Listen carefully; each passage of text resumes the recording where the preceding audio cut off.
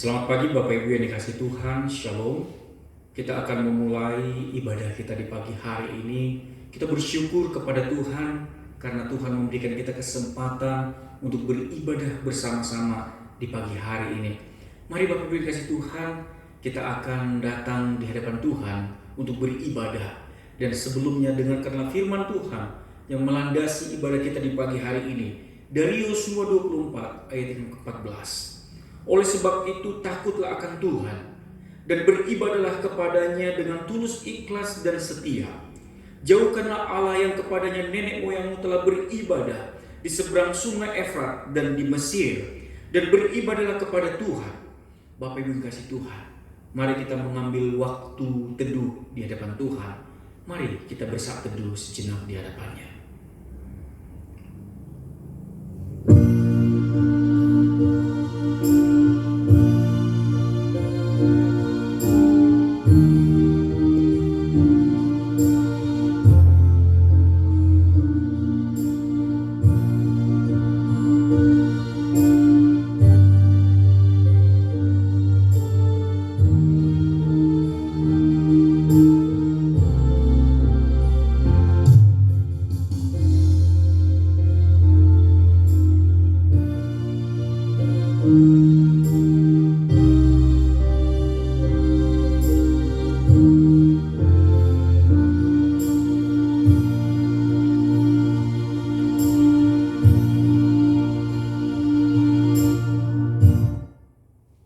Pertolongan kita datangnya dari Tuhan yang menciptakan langit dan bumi, yang tidak meninggalkan hasil perbuatan tangannya.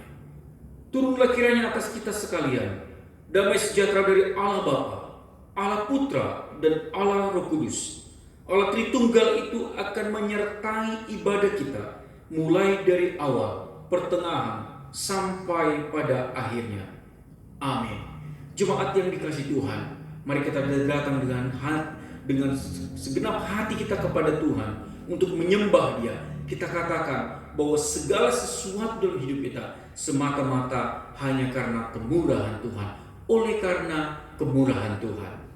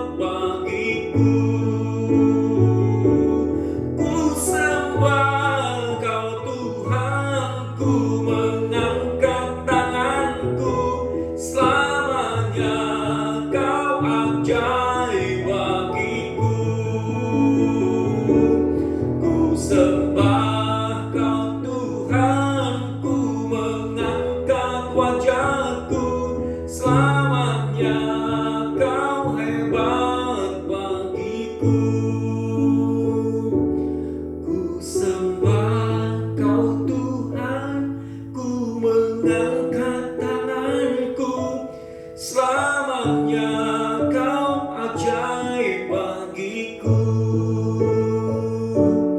Ku sembah kau Tuhan, ku mengangkat wajahku. Selamanya kau ajaib bagiku. Selamanya kau ajaib bagiku. Selamanya kau ajaib bagiku.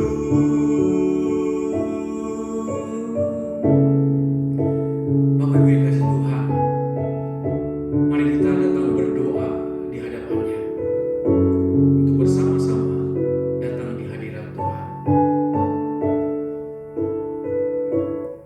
Bapa di dalam surga, kami tahu ya Tuhan, bahwa hidup kami semata-mata karena kemurahan Tuhan, karena kebaikan Tuhan di dalam hidup kami. Oleh karena itu ya Tuhan, di pagi hari ini kami umat-Mu datang berhimpun untuk memuji memuliakan nama Tuhan. Biarlah kiranya Tuhan bertahta di atas peribadahan kami. Terpujilah Engkau Tuhan kekal selama-lamanya. Melalui Tuhan kami Yesus Kristus kami berdoa dan menaikkan syukur. Amin. Jemaat disilahkan duduk kembali. Jemaat-jemaat yang dikasih Tuhan, hidup kita semata-mata karena kemurahan Tuhan. Kita diberkati oleh Tuhan. Apakah yang diinginkan Tuhan bagi kita? Yang menginginkan kita untuk datang menyembah Dia, memuliakannya, dan mengatakan sungguh besar Kau Allahku. Mari kita memuji Tuhan. Kita sama-sama katakan sungguh besar Kau Allahku.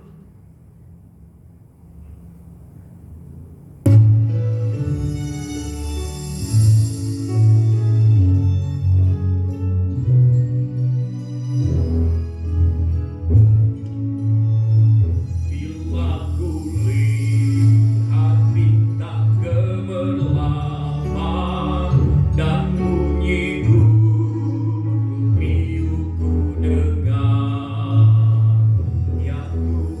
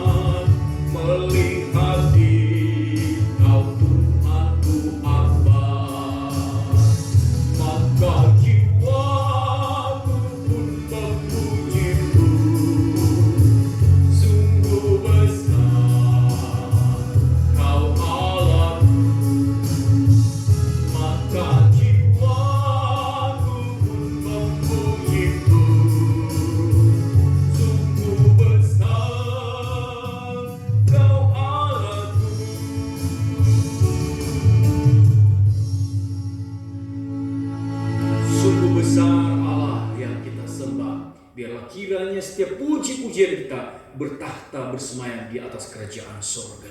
Jemaat yang dikasihi Tuhan, tiba saatnya bagi setiap kita untuk datang mengakui segala dosa-dosa kita di hadapan Tuhan.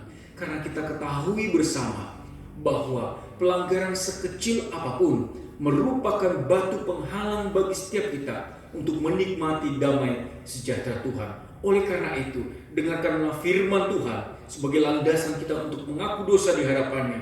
Dari 1 Yohanes 1 ayat 9. Jika kita mengaku dosa kita, maka Ia adalah setia dan adil, sehingga Ia akan mengampuni segala dosa kita dan menyucikan kita dari segala kejahatan. Cuma yang dikasih Tuhan, mari kita merefleksikan hidup kita, mengambil waktu teduh sejenak untuk mengakui dosa-dosa kita di hadapan Tuhan.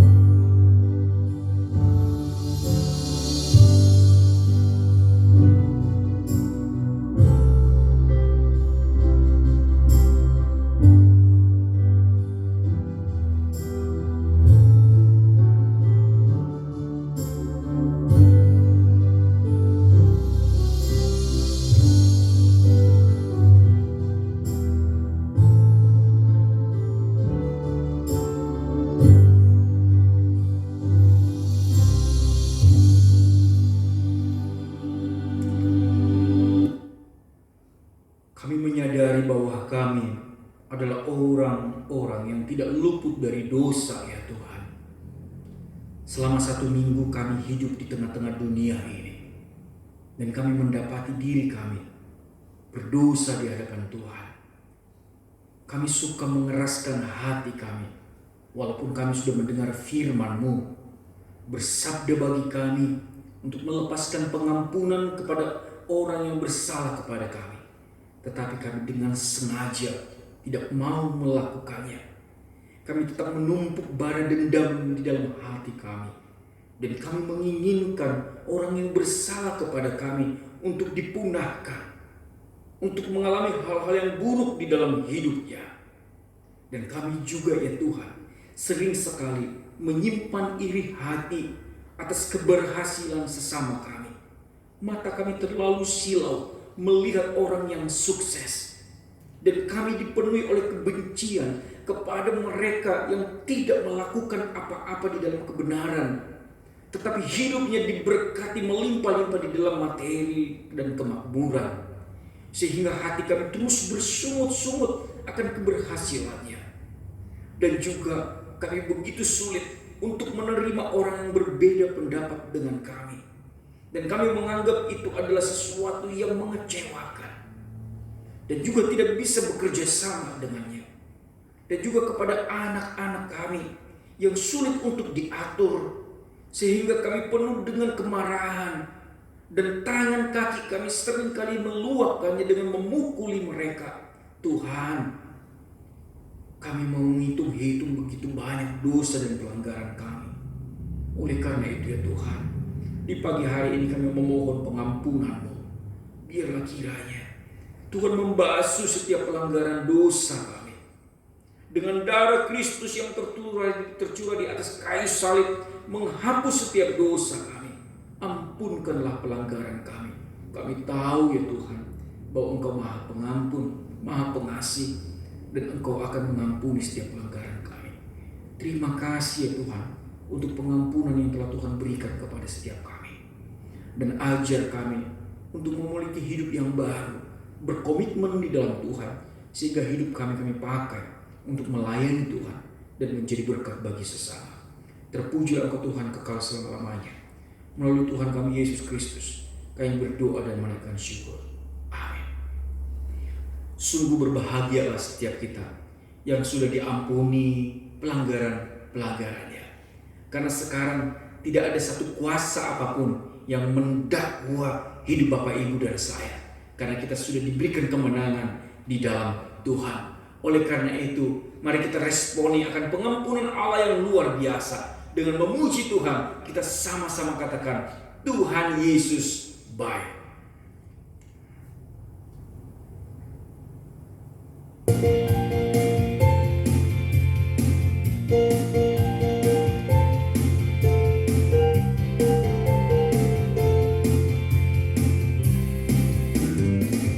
Jaga berkesudahan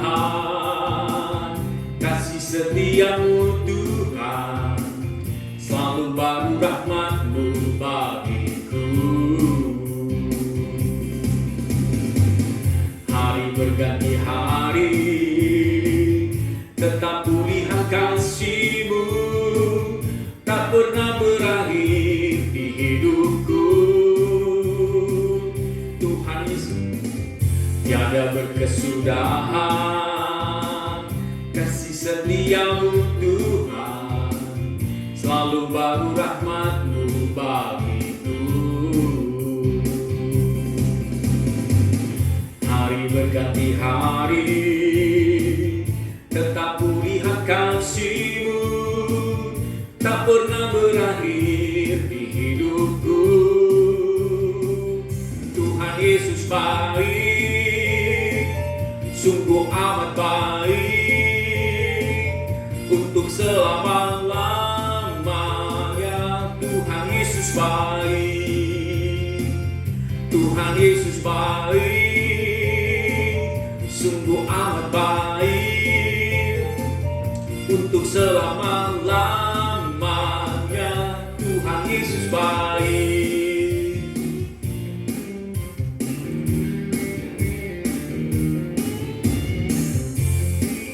Tuhan Yesus sangat baik bagi Bapak, Ibu, dan saya, mengampuni segala dosa-dosa kita. Jaga berkesudahan kasih setia-Mu Tuhan, selalu baru rahmat-Mu bagiku. Hari berganti hari, tetap kulihat kasih-Mu, tak pernah berakhir di hidupku.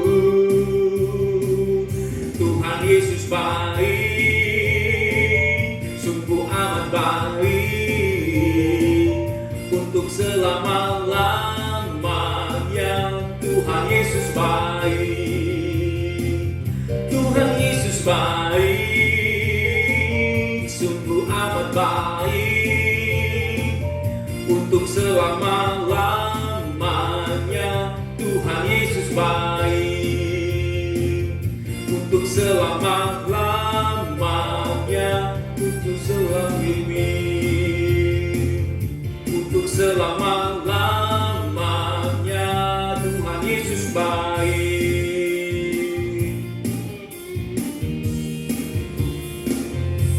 Tuhan Yesus baik bagi Bapak, Ibu, dan saya. Bapak, Ibu yang kasih Tuhan, mari kita berdiri. Kita akan mengikrarkan pengakuan iman kita seturut dengan pengakuan iman rasuli yang berbunyi demikian. Aku percaya kepada Allah, Bapa yang Maha Kuasa, Khalik langit dan bumi, dan kepada Yesus Kristus, anaknya yang tunggal Tuhan kita, yang dikandung dari Roh Kudus, lahir dari anak darah Maria, yang menderita sengsara di bawah pemerintahan Pontius Pilatus, disalibkan, mati dan dikuburkan, turun ke dalam kerajaan maut, pada hari yang ketiga bangkit pula dari antara orang mati, naik ke surga, duduk sebelah kanan Allah, Bapa yang Maha Kuasa, dan dari sana Ia akan datang untuk menghakimi orang yang hidup dan yang mati. Aku percaya kepada Roh Kudus, gereja yang kudus dan am, persekutuan orang kudus, pengampunan dosa, kebangkitan tubuh, dan hidup yang kekal. Amin. Jemaat disilakan duduk kembali. Tiba saatnya kita akan mendengarkan firman Tuhan. Namun sebelumnya, mari kita akan memuji Tuhan. Kita katakan bersama-sama, aku datang dan ku bersujud.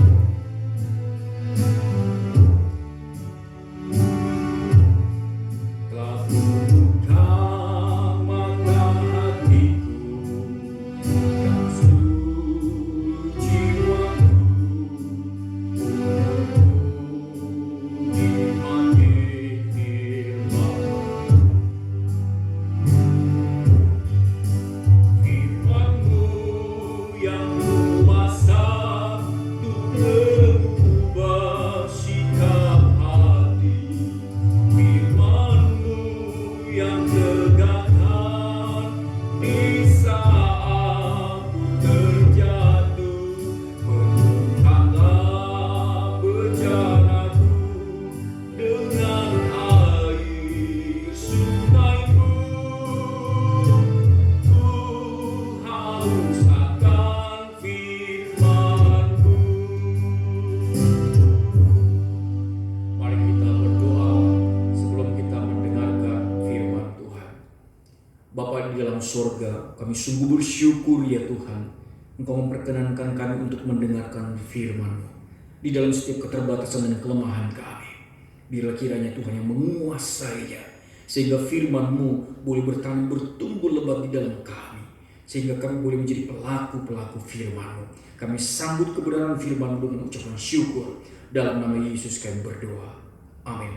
Bapak Ibu yang kasih Tuhan, mari kita akan mendengarkan firman Tuhan yang terambil dari Yesaya 44 ayat yang ke-6 hingga ke-8.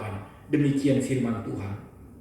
Beginilah firman Tuhan, Raja dan Penebus Israel, Tuhan semesta alam. Akulah yang terdahulu dan akulah yang terkemudian. Tidak ada Allah lain selain daripadaku. Siapakah seperti aku? Biarlah ia menyerukannya, biarlah ia memberitahukannya dan membentangkannya kepadaku.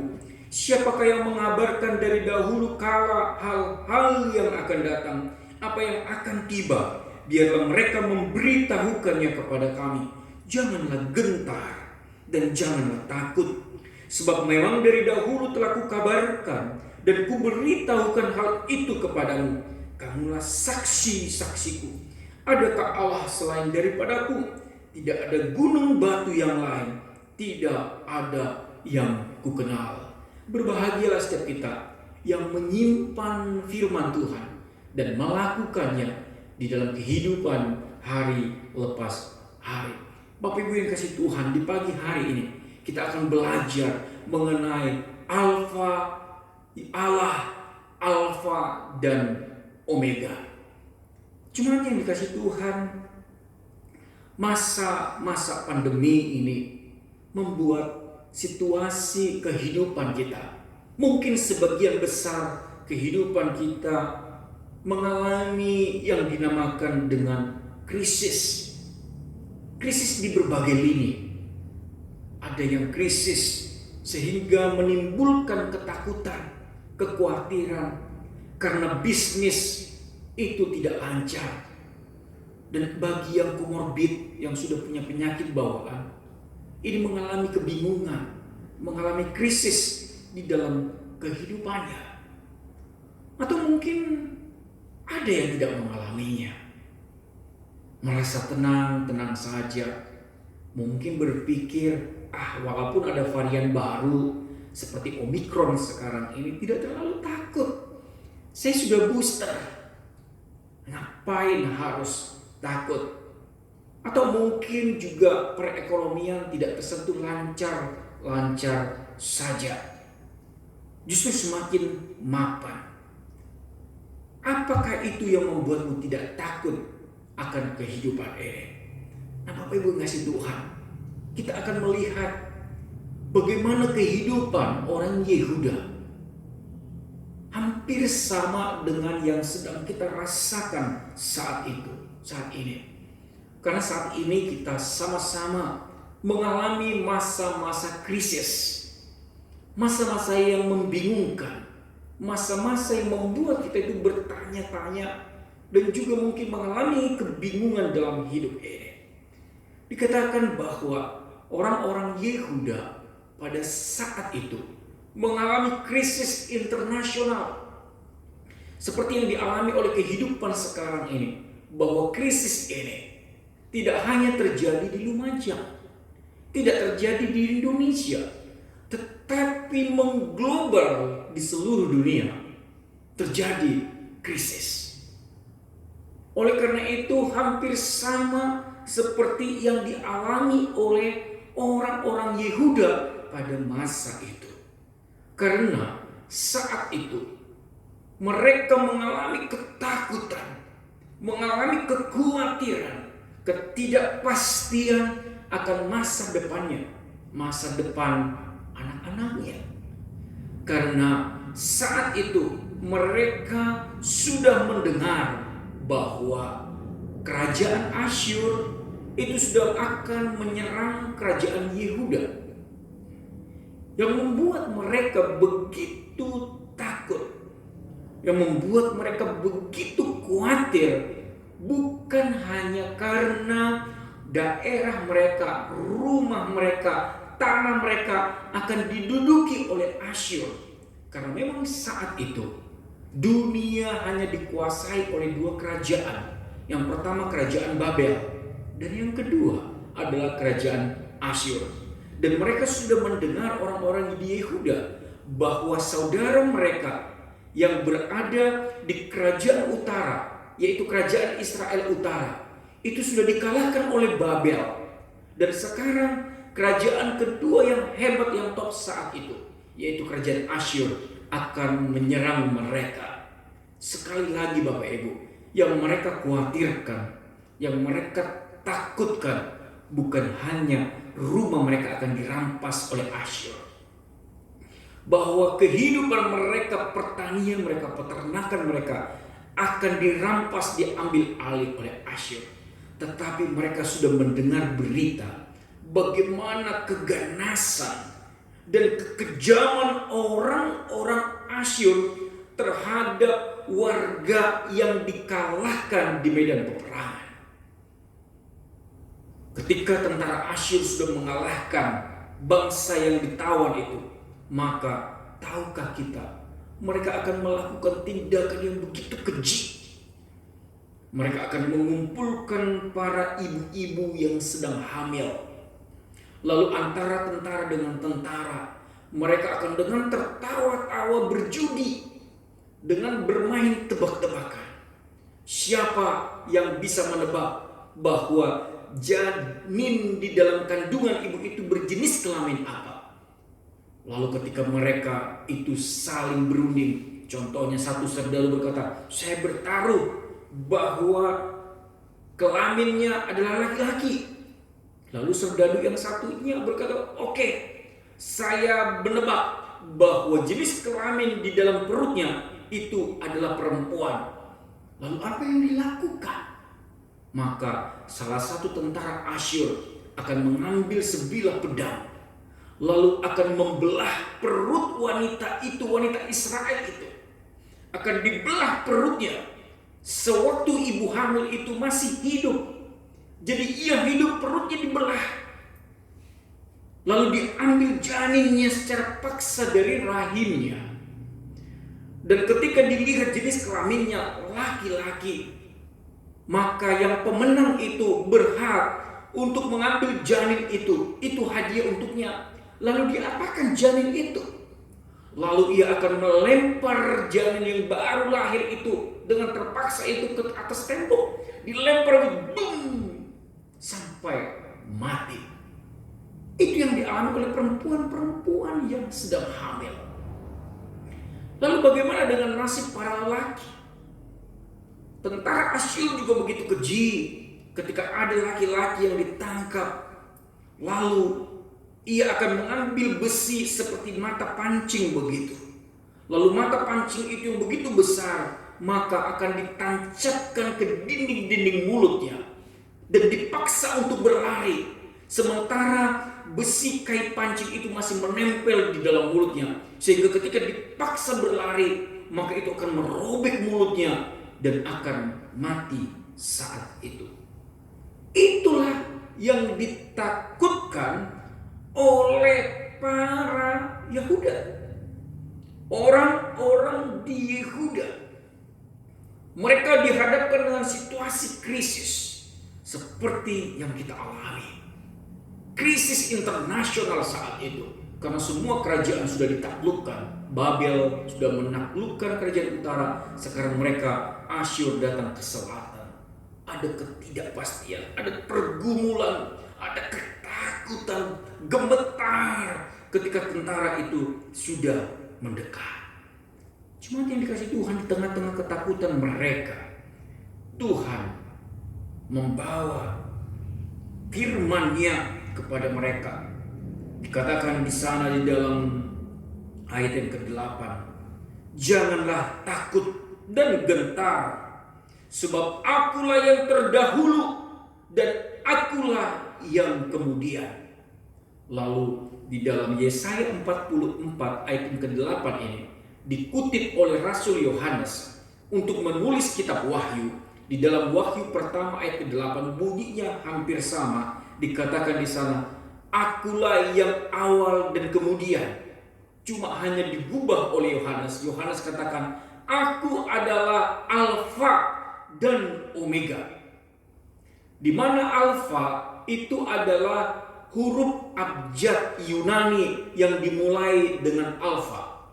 Kalau di Indonesia itu sama seperti huruf A, itu alfa di dalam bahasa Yunani. Lalu dikatakan akulah mulai dari huruf A, lalu aku sampai ke Omega. Omega itu adalah huruf terakhir Yunani. Kalau di Indonesia adalah Z. Jadi sebenarnya di dalam kitab Wahyu 1 ayat ke-8 itu sama dengan di dalam Yesaya 44 ayat yang ke-8 yang berkata bahwa aku adalah Allah yang awal dan sampai kemudian. Di mana huruf dari awal adalah alfa A dan sampai ke Z. Akulah dari yang awal sampai kemudian. Ini tidak sedang berbicara bahwa Tuhan itu berkuasa, berdaulat hanya dari awal kehidupan sampai kepada akhir dari kehidupan. Tidak.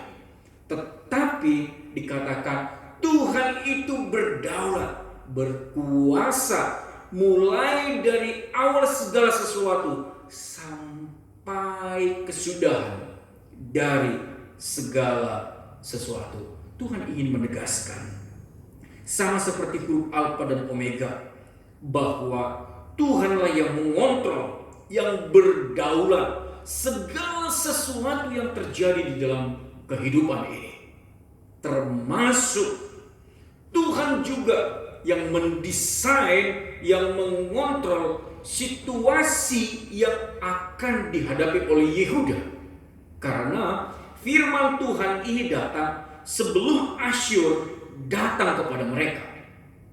Sehingga Tuhan katakan, aku mengetahui segala sesuatu yang akan terjadi karena aku adalah Alfa sampai ke Omega.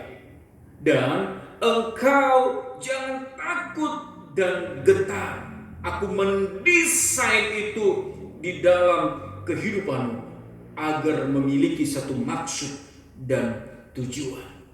Bapak Ibu yang kasih Tuhan, oleh karena itu krisis yang dihadapi oleh bangsa Yehuda itu di dalam desain Tuhan. Karena ia katakan Alfa dan Omega, segala sesuatunya ada di dalam kedaulatanku.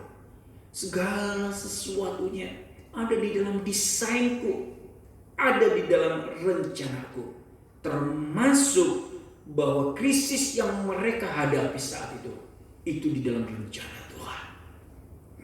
Dan ketika kita mengaitkan berita ribuan tahun yang lalu itu sampai dengan sekarang, Tuhan ingin berkata bahwa krisis yang terjadi secara internasional saat ini di dalam desain Tuhan, di dalam rencana Tuhan. Dan ketika itu berdampak di dalam hidupmu, bahwa ketika itu berdampak di dalam kesehatanmu, ketika itu berdampak di dalam keluargamu, Tuhan ingin sama katakan, ia Alfa dan Omega. Segala sesuatunya di dalam desainnya, segala sesuatunya di dalam rencananya, di dalam kontrolnya. Ketika Tuhan melakukan itu, ada maksud dan tujuan Tuhan melakukannya. Dan mari kita lihat apakah yang menjadi rencana Tuhan bagi kehidupan Yehuda ketika ia mendesain untuk situasi krisis itu di dalam hidup mereka, hingga ia menjadi Allah yang Alfa dan Omega. Yang pertama sekali Bapak Ibu yang kasih Tuhan, bahwa Tuhan merencanakan segala sesuatunya itu untuk memurnikan umatnya. Ia ingin memurnikan Yehuda. Saat firman Tuhan yang dikumandangkan oleh Yesaya ini Sekali lagi, pembantaian di Yehuda belum terjadi. Ini adalah berita awal ketika Yesaya berkata, "Hai orang-orang Israel, jangan takut dan gentar, bahwa Asyur sebentar lagi akan datang untuk mendekat. Jangan takut dan gentar. Namun agar kalian lolos dari pembantaian ini, haruslah kalian bertobat, mengandalkan Tuhan kembali. Tinggalkan dewa-dewa kalian, karena saat itu mereka menyembah berhala. Tinggalkan itu, hanya datang kepada Tuhan. Andalkan Tuhan kembali, berseru kepada Tuhan, maka engkau akan diloloskan dari pembantaian ini." Tetapi Bapak Ibu kasih Tuhan, apa yang menjadi respon orang-orang di Yehuda? Mereka tetap sembahyang kepada Allahnya. Mereka tetap menyembah kepada Allahnya. Bahkan mereka itu berkata, "Tidak apa-apa, Asyur datang mendekat, kami tidak takut. Asyur datang, biar saja datang. Karena sebentar lagi kami akan pergi ke Mesir." Karena saat itu Mesir terkenal dengan pasukan berkudanya yang sangat cakap di dalam medan peperangan. Dan akhirnya orang-orang Yehuda pergi ke Mesir untuk meminta perlindungan kepada mereka. Mereka tidak panggil Tuhan, tetapi mereka pergi mengandalkan Mesir dengan pasukan berkudanya yang saat itu cukup terkenal. Tetapi Bapak Ibu yang kasih Tuhan, sejarah mencatat apa yang terjadi kepada mereka orang-orang Yehuda. Mesir tidak sanggup menolongnya. Mesir tidak sanggup melepaskannya dari pembantaian orang-orang Asyur. Dan sekali lagi, istri-istri mereka dibelah perutnya, dan para laki-laki ditarik dinding-dinding mulutnya. Kenapa? Karena mereka tidak mengandalkan Tuhan. Karena mereka mengandalkan Mesir. Padahal apa yang mereka andalkan saat itu tidak berfungsi sama sekali. Bukankah krisis itu untuk memurnikan mereka? Bukankah krisis yang terjadi itu Tuhan ingin mengatakan, "Sudah kukatakan, ketika engkau mengandalkan Mesir, tidak mengandalkanku, maka engkau tidak akan mendapatkan apa-apa." Inilah tujuan krisis itu kuciptakan, biar engkau mengerti bahwa hanya akulah satu-satunya yang bisa diandalkan. Bukankah demikian juga bagi kehidupan orang-orang Kristen di masa pandemi ini? Di masa pandemi ini kita diperhadapkan dengan situasi, dengan krisis. Ini didesain Tuhan dengan tujuan untuk memurnikan hidup kita. Sudah berapa lama kehidupan kita tidak mengandalkan Tuhan kembali? Kita sekarang mengandalkan apa? Mengandalkan materi kita, mengandalkan sumber pencarian kita. Kita mungkin berkata, "Tidak apa-apa krisis, saya masih punya tabungan, saya masih punya kekuatan untuk bekerja, saya masih bisa memacul, saya masih bisa bekerja." Dan kita tidak mengandalkan Tuhan. Bapak Ibu yang kasih Tuhan, jika itu yang ada di dalam benak kita, maka kita hanya mengulang-ulang apa yang sudah dialami oleh Yehuda. Berarti kita juga sama dengan mereka, dengan mengandalkan Mesir itu. Itulah yang menjadi andalan kita bersama. Padahal tahun lalu, Bapak Ibu yang kasih Tuhan, bukankah kita ingat sewaktu masa-masa pandemi ini, di dalam varian Delta-nya yang memuncak di bulan 7 dan bulan 8, justru dicatat bahwa semua orang, baik yang miskin dan juga yang kaya, yang tidak berduit dan yang punya duit melimpah sebanyak apapun uangnya, tetapi saat bulan 7, bulan 8, ketika ia terkena Delta, ia mencari-cari untuk ruang yang kosong untuk perawatannya. Saat itu semua rumah sakit penuh. Di manakah kekuatan uang itu? Tidak bisa. Sebanyak-banyaknya uang orang, nah kalau sudah penuh rumah sakit, tidak ada yang bisa menolong. Banyak orang-orang yang meninggal bukan di bulan 7, bulan 8 tahun lalu. Baik orang miskin, baik orang kaya. Baik yang punya kekuatan, baik yang tidak, yang punya sumber penghasilan yang besar. Semuanya tidak bisa.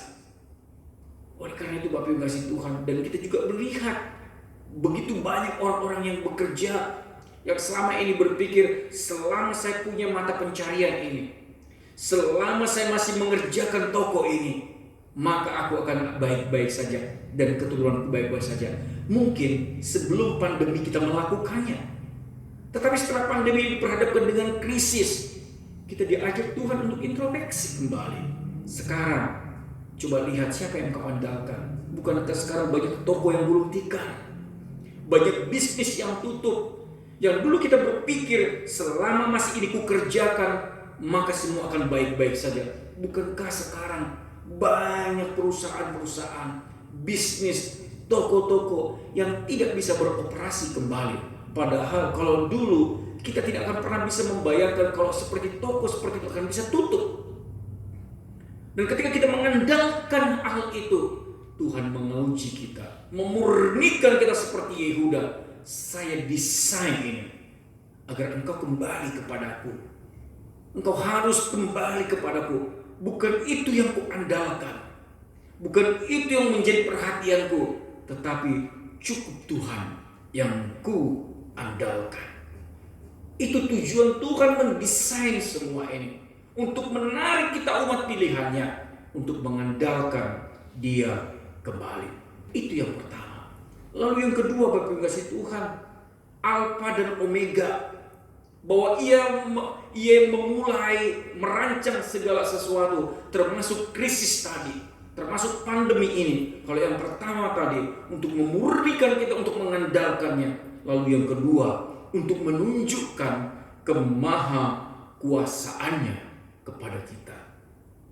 Cuma yang kasih Tuhan, di dalam Yesaya pasal ke-44 ayat yang ke-7, di sana dikatakan tantangan Tuhan kepada umatnya untuk menunjukkan siapakah yang maha kuasa. Dikatakan demikian di dalam ayat ke-7. Siapakah seperti aku? Biarlah ia menyerukannya, biarlah ia memberitahukannya dan membentangkannya kepadaku. Siapakah yang mengabarkan dari dahulu kala hal-hal yang akan datang, apa yang akan tiba, biarlah mereka memberitahukannya kepada kami. Maksudnya begini, hai orang-orang Yehuda, siapakah Allah yang sanggup seperti aku, yang bisa memberitahu apa yang terjadi di kemudian hari? Karena aku adalah Alfa dan Omega, yang awal dan kemudian. Coba tunjukkan kepadaku dengan Baal-Baalmu. Apakah Baal-Baalmu sanggup untuk menunjukkannya kepadaku? Siapakah? Tunjukkan. Hanya aku yang berkuasa melakukannya. Bapak Ibu yang kasih Tuhan, Allah melakukan segala sesuatu ini untuk menunjukkan kemahakuasaannya, bahwa Ia jauh lebih berkuasa dari segala sesuatu yang kita kagumi. Tuhan akan berperkara kepada kita yang terus mengandalkan diri, yang tinggi hati, yang sombong, seolah-olah berkata bahwa hidupnya akan baik-baik saja tanpa Tuhan. Hidup akan makmur dan Tuhan tidak tahu apa yang diperbuat.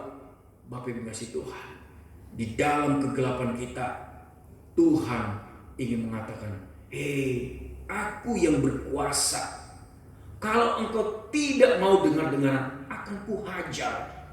Kalau engkau umat pilihanku, maka engkau akan tahu, akulah yang maha kuasa, bukan ada yang lain.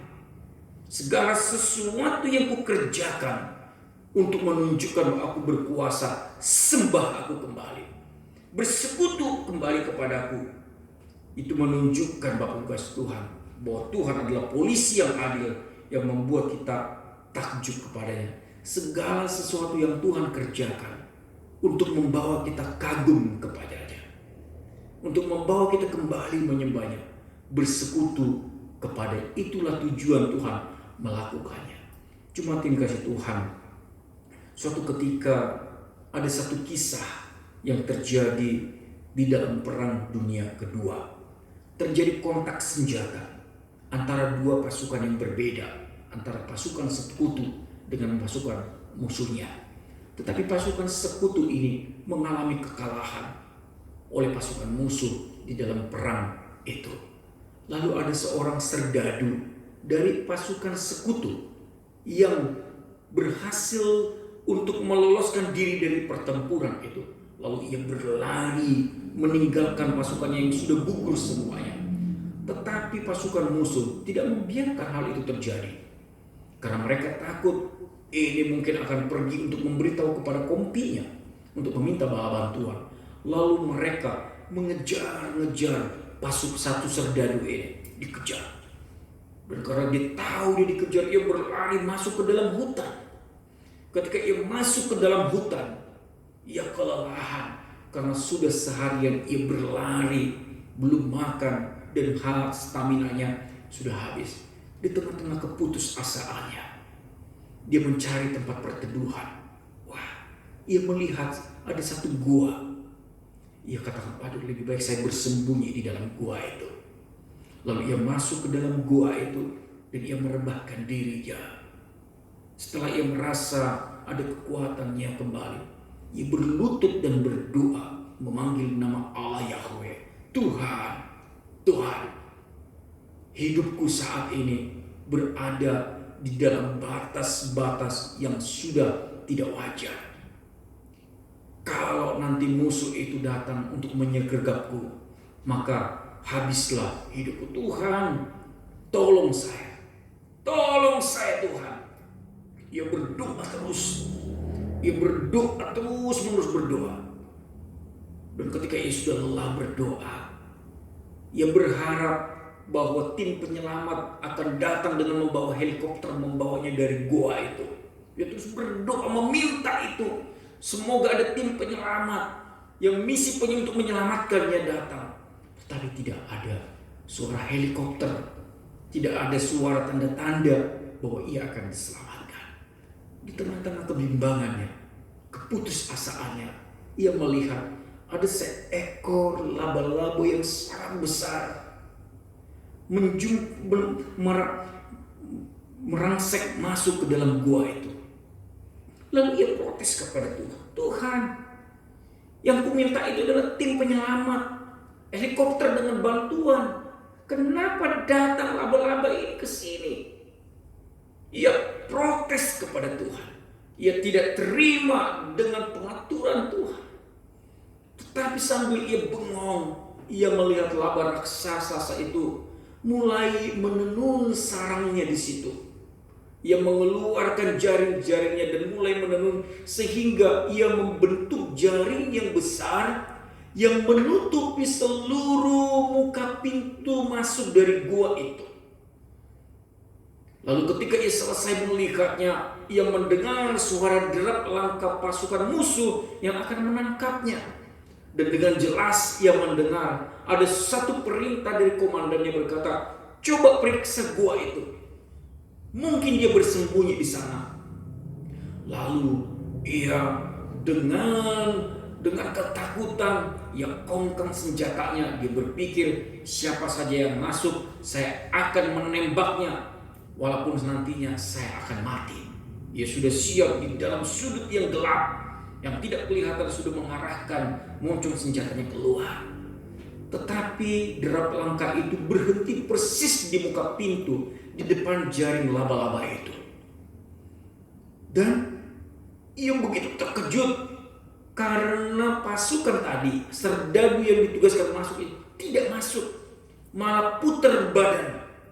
Dan ia melapor kepada atasannya. Dengan jelas ia mendengar bagaimana serdadu musuh itu melaporkan dan berkata, "Komandan, saya sudah memeriksa. Saya pastikan bahwa di dalam dia tidak ada." Lalu komandannya bertanya, "Kenapa? Kenapa kau bisa memastikan apakah kau masuk ke dalam? Padahal waktu masih singkat." Dia katakan, "Bukan komandan. Saya ketika di depan pintu gua itu, saya melihat ada jaring laba-laba yang menutupi seluruh muka pintu gua itu.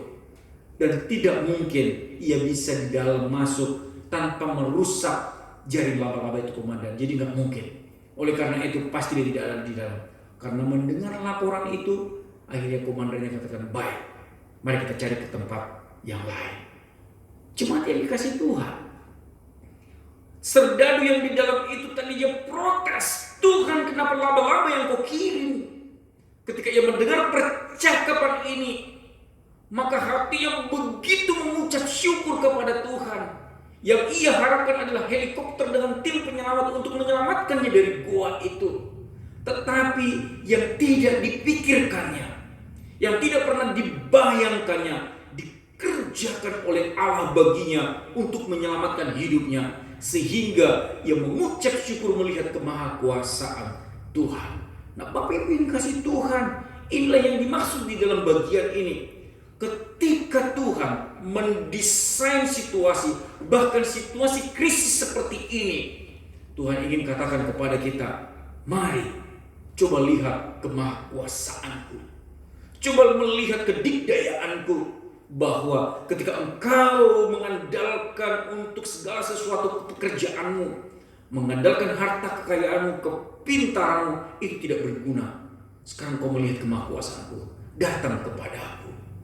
Bapak Ibu yang kasih Tuhan, mungkin bagi jemaat sekarang sedang mengalami krisis ekonomi, pekerjaanmu saat ini sedang tidak baik-baik saja, keluargamu sedang tidak baik-baik saja, maka datang kepada Tuhan, minta kemahakuasaannya untuk menguasai kembali hidupmu, untuk kembali menguasai hati dan pikiranmu. Dan Tuhan katakan kepada Tuhan, aku ingin melihat kemahakuasaanmu. Aku sedang mengalami masa-masa krisis. Karena Tuhan bekerja untuk menunjukkan kemahakuasaannya kepada setiap kita semua. Lalu yang terakhir, Bapak kasih Tuhan, setelah melihat kemahakuasaan Tuhan, apa yang menjadi komitmen kita? Apa yang menjadi respon kita? Kita lihat di dalam Yesaya 44 ayat ke-8 bagian terakhir, dikatakan di sana, kamulah saksi-saksiku. Kita diinginkan Tuhan untuk menjadi saksinya, menyaksikan kemahakuasaan tadi, pekerjaan-pekerjaan Tuhan yang hebat itu. Ketika hidup kita sudah diterangi oleh Tuhan, maka kita harus memancarkan terang itu kepada orang lain. Kita dipanggil ketika menikmati kemahakuasaan Tuhan tadi, kehebatan Tuhan tadi, kita dipanggil untuk memancarkan terang itu. Bapak Ibu kasih Tuhan, tahukah kenapa orang-orang Kristen selalu dipanggil dengan anak-anak terang? Dan tahukah kita bahwa kata terang di dalam bahasa aslinya, bahasa Yunani itu adalah pos. Itu adalah kata terang. Dan kata pos, akar kata di dalam bahasa Inggris untuk pos itu adalah foto. Foto itu merujuk kepada pos. Sehingga ketika kita lihat foto sama pos, itu adalah akar kata yang sama. Dan ketika kita sekarang lihat foto, ketika kita sekarang berselfie, berfoto, agar ketika kita melihat orang berselfie, kita melihat orang berfoto, itu sebenarnya ketika kita melihat foto, itu sedang kita melihat terang. Sehingga orang lain melihat foto, melihat terang. Sehingga Bapak Ibu kasih Tuhan, apakah orang-orang melihat foto kita, itu melihat Kristus yang kita pancarkan di dalam hidup ini. Ketika Bapak Ibu yang kasih Tuhan, kita mengerti bahwa kita adalah terang, kita pancarkan untuk dilihat orang, tetapi yang dilihat bukan kita, tetapi Allah yang dilihat melalui hidup kita. Bukan kemuliaan kita, tapi kemuliaan Allah. Biarlah kiranya Tuhan memberkati jemaatnya. Mari kita berdoa. Bapa di dalam surga, kami bersyukur untuk firman-Mu di pagi hari ini, yang kembali menguatkan kami bahwa segala sesuatu yang terjadi dalam hidup ini, Engkau adalah Allah, Alfa dan Omega, mendesain segala sesuatu untuk tujuan kemuliaan Tuhan, dan juga untuk memurnikan setiap kami untuk tidak bergantung kepada diri sendiri. Terima kasih untuk firman-Mu. Berikan kami ketaatan untuk kembali mengandalkan Tuhan, berseru kepada Tuhan, bersekutu kepada Tuhan. Terpuji Allah Tuhan kekal selama-lamanya. Melalui Tuhan kami Yesus Kristus, kami berdoa dan menaikkan syukur. Amin. Jemaat yang dikasihi Tuhan, mari kita akan meresponi firman Allah dengan memuji Tuhan. Di mana firman-Nya tadi berkata bahwa kita itu tidak boleh mengandalkan diri kita, tidak boleh mengatur diri kita, tetapi biarlah tiap langkah kita diatur oleh Tuhan. Mari kita meresponi firman-Nya dengan memuji Tuhan. Tiap langkahku diatur oleh Tuhan.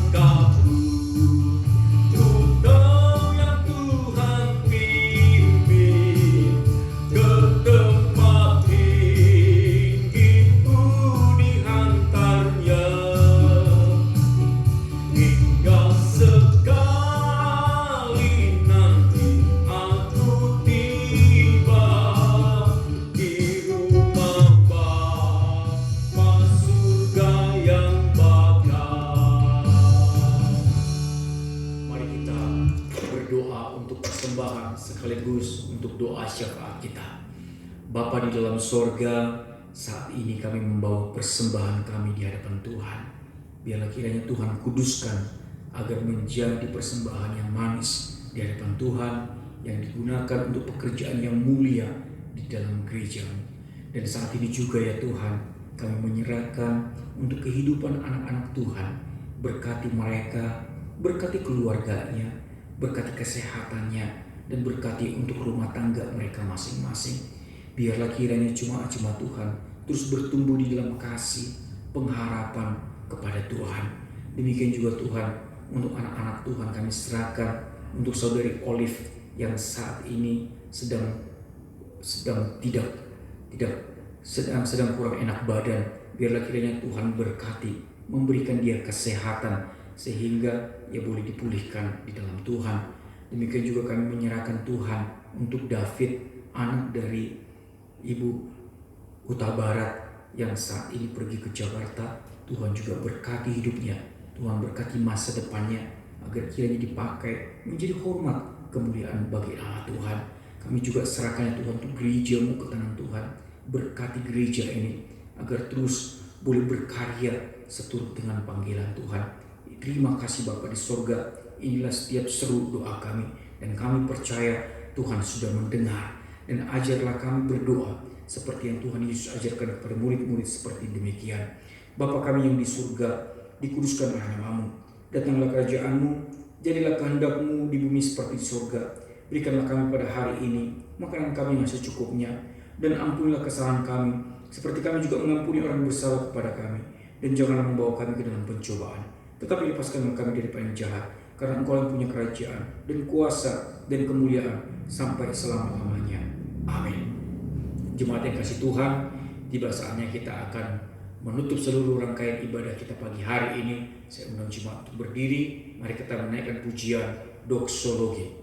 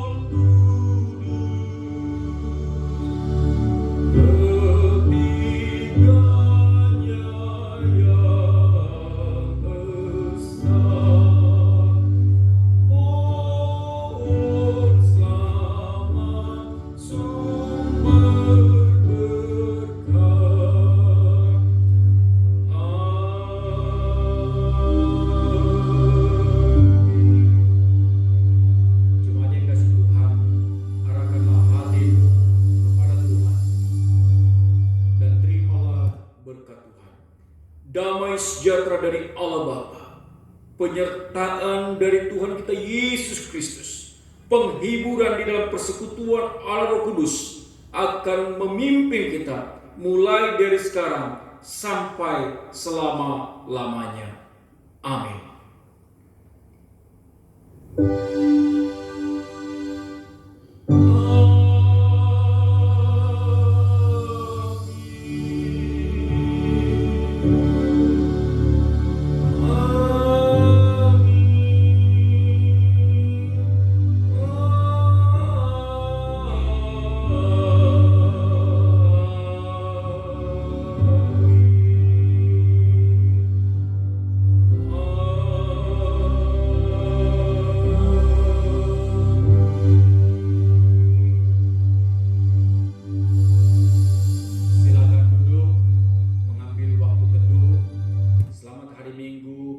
Yesus memberkati.